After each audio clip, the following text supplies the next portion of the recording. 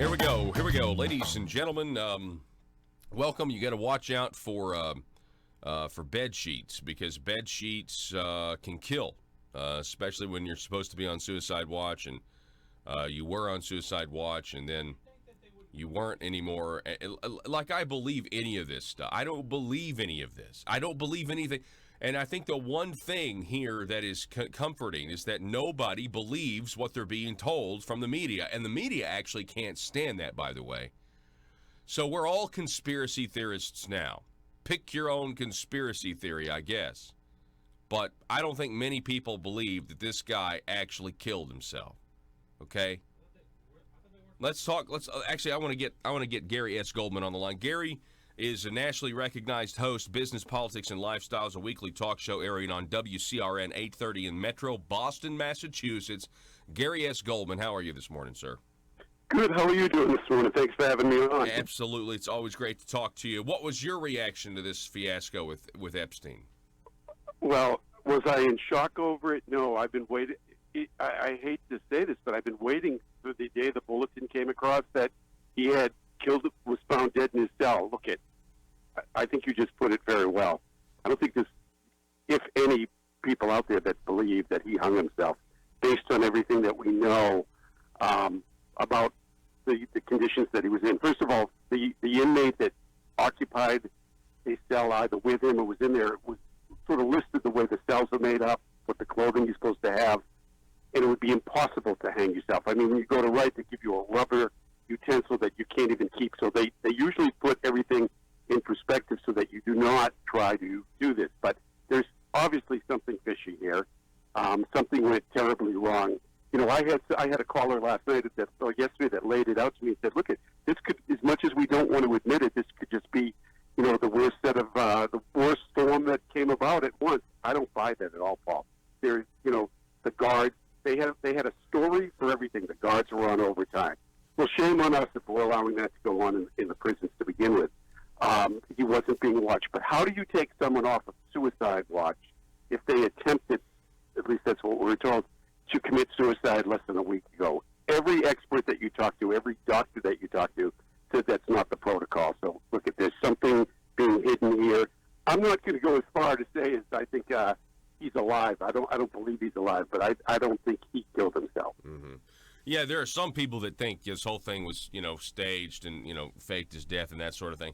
I you know, at this point, honestly, I'm not willing to rule anything out because, and I just have no faith in, what the media is telling us. I mean, at all. And you know, then of course, Gary, we have the situation where, you know, Clinton body count was trending. I mean, most people think that that the Clintons had the most to lose here. Then you have people on the left that are like, no, Donald Trump. And then you have the media that is now using this as an example of how, what they say, conspiracy theories can spread so fast across social media, and these media companies are not doing enough to suppress it or to control it. And I'm thinking, you guys peddled a Russia collusion conspiracy theory with no evidence for 2.5 years. And you're going to lecture us about, you know, I think there's a lot of people out there, Gary, that are starting to use their intuition. And I don't think necessarily that intuition is wrong. No, I agree with you. And yeah, I mean, look, they peddled that narrative regarding Russia for 2.5 years. And now they're trying to change the narrative and tell us how wrong it is to spread these types of stories. And you know, the president shouldn't be tweeting this.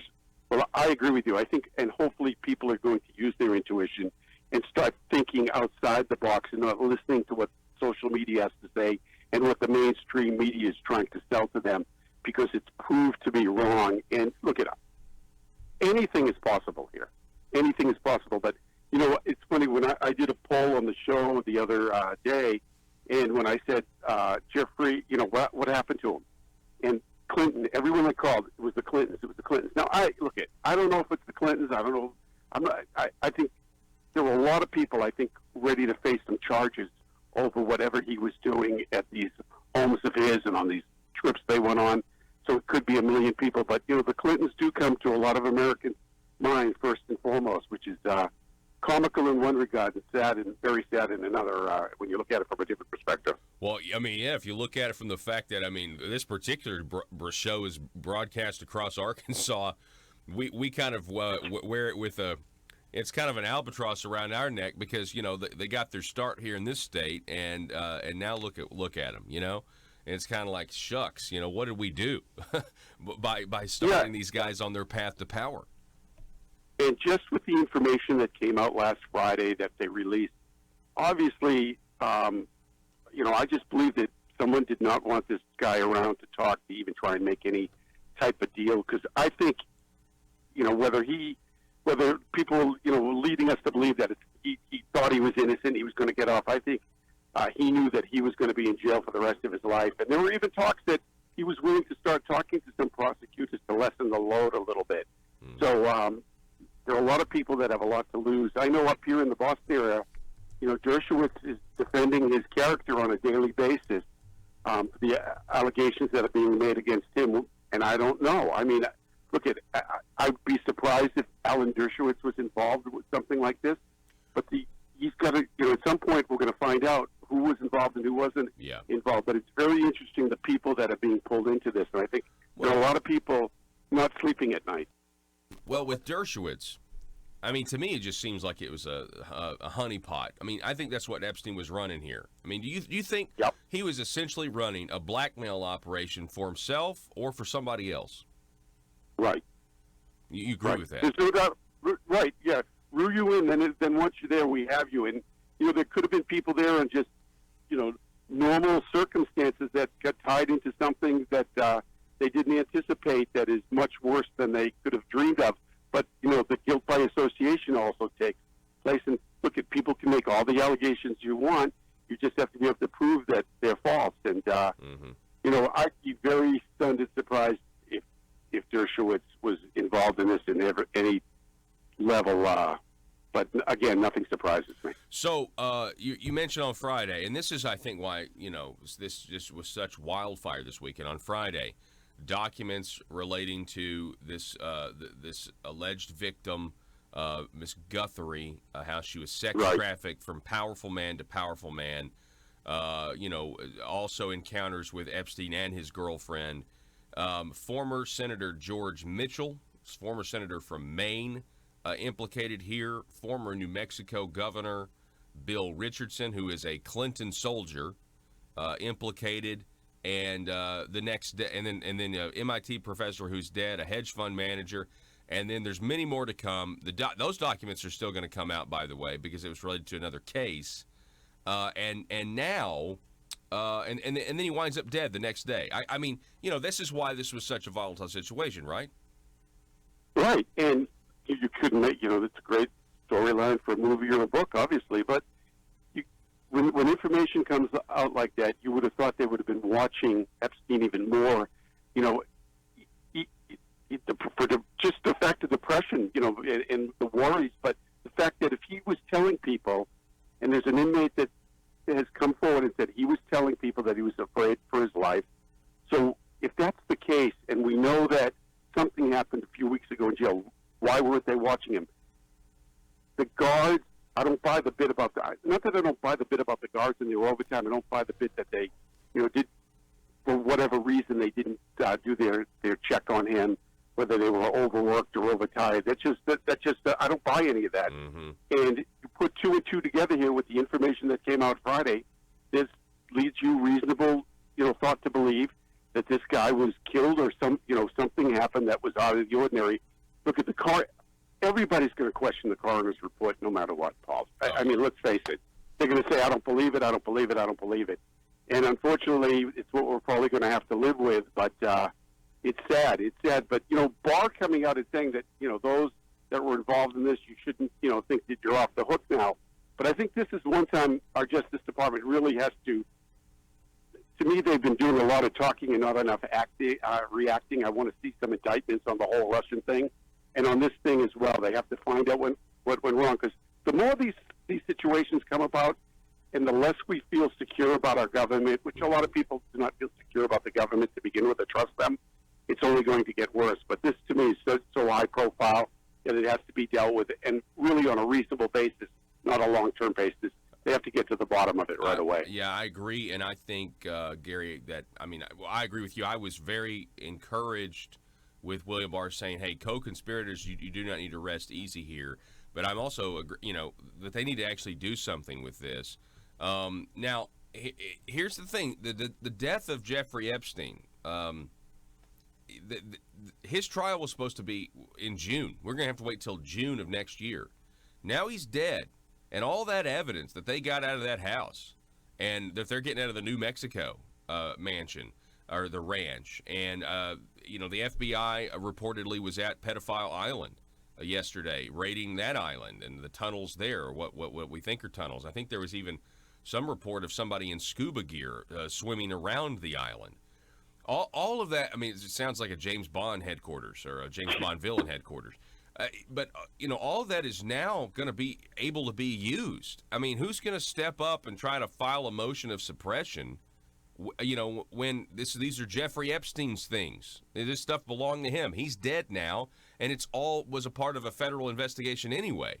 So I think some of these guys are in a lot, they're going to be in a lot more trouble a lot sooner now that he's dead. At least that's some of the, I've read some of that online, Yeah, no, I agree with you, because if he was, alive and going through the trial, you know how these trials work and deals are made, and they have motions to suppress and do other things. Now it's fair game. Everything out there should be revealed to the public. There is no reason any of that information should be held back, and I think it's owed to the American people, but most of all, it's owed to the victims of this crime. And when you think of the young women, young children that were affected by this, we have to pay a price. And you know what? When President Trump first started talking about the swamp, I said, yeah, there's a swamp. But when you hear stories like this, you don't realize how deep that swamp really was. Yeah. It really is.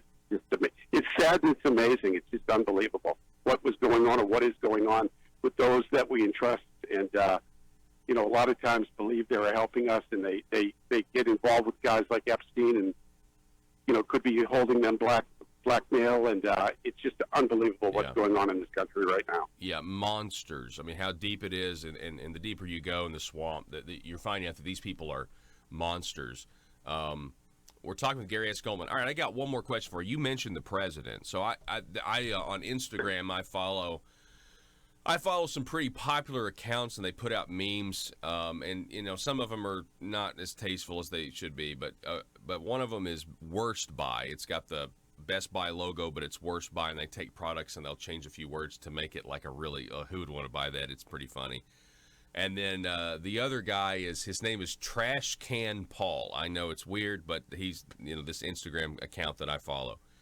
And they both posted the same meme, which was Pirates of the Caribbean escape to Pedo Island. And they superimposed, they had Hillary Clinton's face, Bill Clinton's face, Jeffrey Epstein's face, and John Podesta, the former campaign manager of Hillary Clinton's face. And they were, made to look like pirates, and it was like a Pirates of the Caribbean movie poster. And so they posted this. And I would say generally their memes maybe kind of skew a little center-left. But there was a lot of people that thought it was great. There was also a lot of people that were like, why isn't Trump's face on there? Why isn't Donald Trump's face on there? And then there would be all of these comments being like, well, because Trump didn't fly on the Lolita Express 26 times like the Clintons. And everyone's like, well, this would be good if Trump's face was on there. And so there is still that. We do still have a little we've got work to do, don't we, Gary, on convincing people? We have a lot of work. Yeah, go ahead. A lot of work to do. People have to look at this hatred for the president. If you don't like the president, that's fine. But this hatred and trying to put his name and brand on everything that goes wrong in this country and this world is absolutely absurd. That we haven't done this with other presidents, and there's no reason to be doing it with Donald Trump. When Donald Trump does something wrong and says something wrong, yeah, he should be held accountable if and when he does it. But this negative branding of him, no matter what is going on in the world, is absolutely absurd. But Paul, this was been led by the mainstream media and social media, and it's not going to go away. They won't give up impeachment, and if they don't get him on impeachment, they're going to go after his family and his businesses. Hopefully, he'll be re-elected for another 4 years.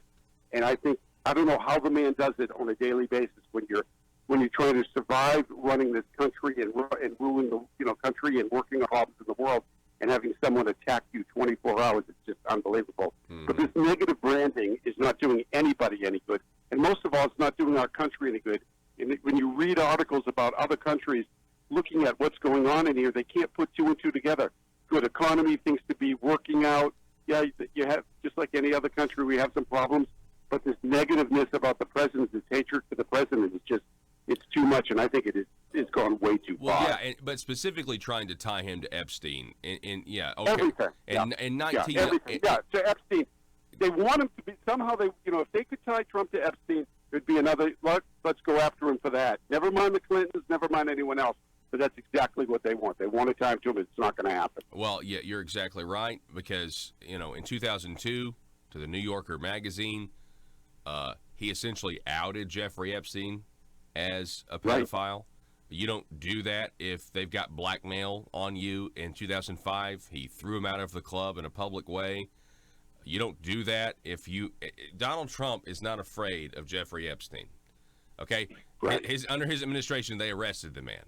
All right? They definitely knew each other. They partied together in 1992 with girls who were of age, very clearly of age, and then they did have a falling out. But the left has done a good job. As a matter of fact, I found some talking points from one of these liberal David Brock's organization. I can't remember what it is. And they're telling people in order to combat what's going on social media right now, make sure that you bring up Trump and Epstein. You don't bring up the Clintons, and do not, whatever you do, direct people to actual court documents, because the court documents, Gary, you know this, released on Friday, they also exonerated the president of his association with Epstein concerning, underage women. And that's gotten no headlines virtually anywhere in the mainstream press. And so, anyway, we're going to keep watching this. Gary S. Goldman, host of Business and Politics and Lifestyles in Boston. It's always great to talk to you, sir. I appreciate your insight. I appreciate your time this morning. Thank you. Have a great day. All righty.